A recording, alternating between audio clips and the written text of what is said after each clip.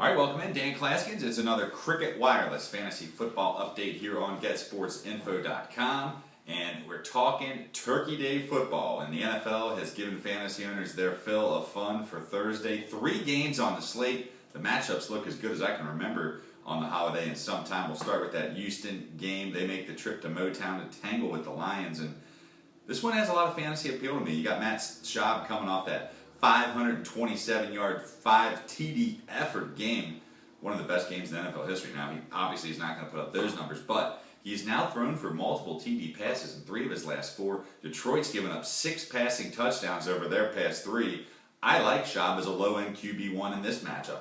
Arian Foster, after scoring in 7 of his first 8 games this season, Foster's now been held out of the end zone in 2 straight games. Now, that said, only 3 teams have allowed fewer fantasy points to running backs than the Lions, so I think Foster's still obviously in your lineup. I temper my expectations. Andre Johnson, on the other hand, he enjoyed his best day of his career in Week 11. Broke a 6-game scoreless streak, 14 receptions, 273 yards. Detroit gives up 22.3 fantasy points to receivers per game. And with no other wideouts in Texans offense, I look for Johnson to get the bulk of those points this time around. Moving over to the Lions, Matt Stafford. Here's a guy now, 8 times in 10 weeks out, held to just 1 touchdown, including Week 10 versus Green Bay. Houston just gave up 4 to Chad Henne, though, so maybe Stafford gets it around here. If you got to play him, he's all right, but I don't love him. Mikel LaShore, not liking him. Even though he had a great game against Green Bay, 84 rushing yards, that touchdown, probably his best game since his debut earlier this season versus Jacksonville. Now he's facing a Texans D, though. They're giving up a league low 10.2 fantasy points per game to running backs. How about Calvin Johnson? You're not sitting this guy. You're never sitting this guy. And after he was cold there for a couple games, really coming on late, 24 catches, 479 yards, 2 touchdowns over his last 3. He's a must start. Don't touch any other Lions receivers, especially Titus Young. After his 1 catch on 6 targets against the Packers, he's just too inconsistent to play. I'm not trusting him in this matchup. Let's move to that mid-afternoon game, right about the time you're going to be having dinner. The Cowboys are going to be playing the Redskins. RG3 making his first ever appearance against the Cowboys.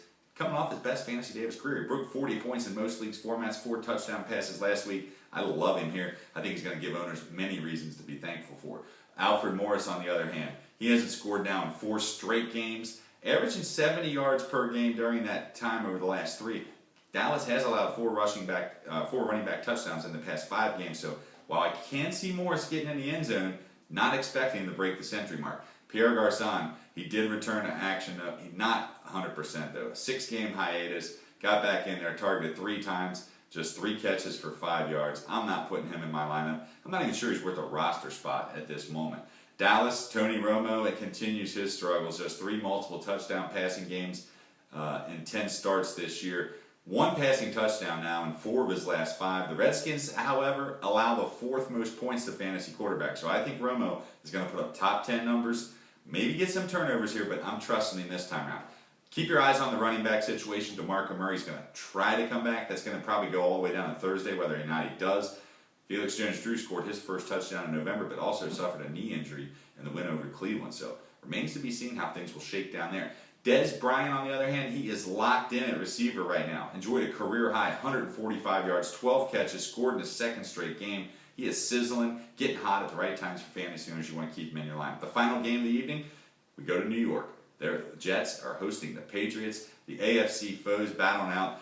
Tom Brady, 300 yards and or multiple touchdown passes in 7 straight games versus his conference opponents here, or I should say divisional foes, the Jets.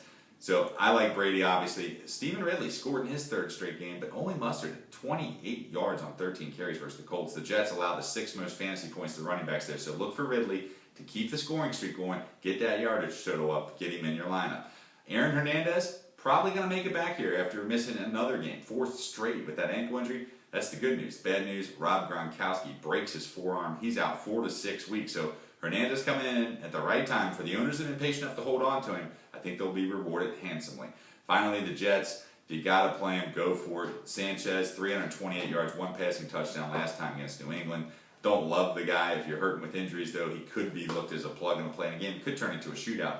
Sean Green has scored in 3 games this year only, but one of those was against New England.